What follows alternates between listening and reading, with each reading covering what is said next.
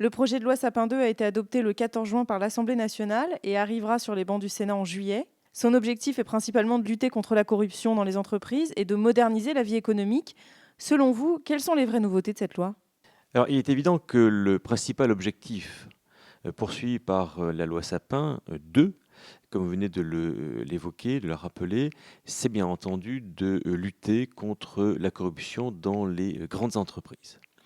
Et à cet égard, de tenter de rattraper un retard certain qui avait été pris par la réglementation française. Mais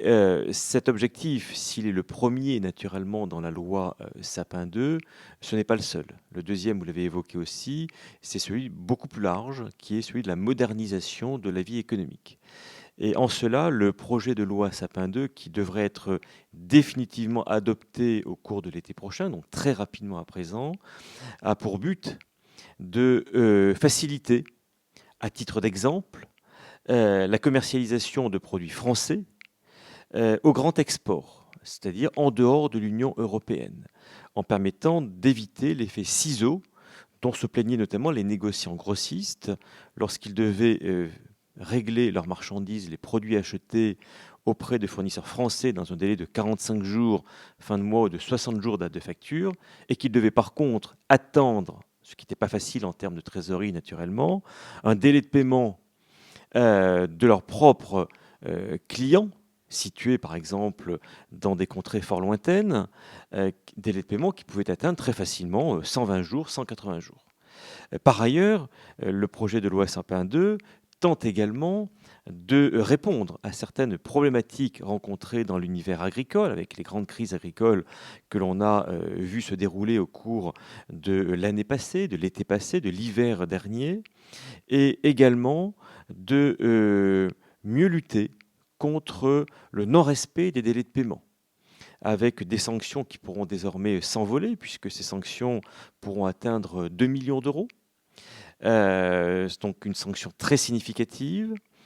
C'est aussi le name and shame, qui est cher donc au ministre de l'économie Emmanuel Macron, qui figure en bonne place dans cette loi. C'est également dans le domaine de ce que l'on appelle le grand commerce, c'est-à-dire la distribution de produits de grande consommation, donc les grandes surfaces alimentaires ou les grandes surfaces spécialisées, qui sont à nouveau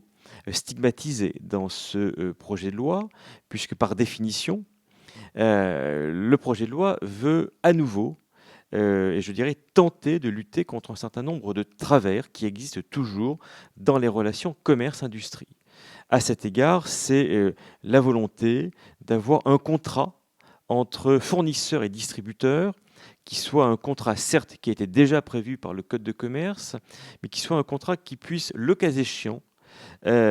couvrir plusieurs années. Le contrat est annuel aujourd'hui, nous pourrions avoir un contrat d'une durée de 2 ans, voire de 3 ans, avec des dispositions extrêmement strictes qui vont définir les conditions particulières de vente, les accords de coopération commerciale, les anciens services distincts. Nous avons donc dans ce projet de loi des dispositions qui sont assez éparses, mais qui ont tendance à sans aucun doute, simplifier également la vie des entreprises, puisqu'avec un contrat qui, par exemple, pourra durer 3 ans, c'est vrai que ce sera peut-être plus simple en termes de négociation commerciale. Nous verrons ce que l'avenir nous dira. Comment votre cabinet va intervenir dans ce domaine auprès des entreprises? Alors, notre cabinet est depuis très longtemps fortement ancré sur le terrain des négociations commerciales annuelles, puisque nous avons commencé, en ce qui concerne cette activité-là, avec l'ordonnance Balladur du 1er décembre 1986, qui a créé le droit de la concurrence en France. Donc cela n'est pas récent. Mais nous continuons et nous continuerons à accompagner les entreprises, et notamment de très nombreux fournisseurs, qui vendent leurs produits principalement aux grandes enseignes alimentaires ou spécialisées. Donc nous les accompagnons, nous les assistons dans le cadre de la rédaction de leurs conditions générales de vente, de leurs conditions catégorielles de vente, dans le cadre de la négociation commerciale annuelle, dans le cadre d'audits de structures tarifaires, dans le cadre de la rédaction de ces différents contrats qui vont rythmer, qui vont animer la négociation commerciale annuelle. Et nous les accompagnons donc tous les jours dans le cadre de ces négociations commerciales, y compris en cela dans le cadre d'éventuelles enquêtes de concurrence qui sont diligentées par les services de l'État.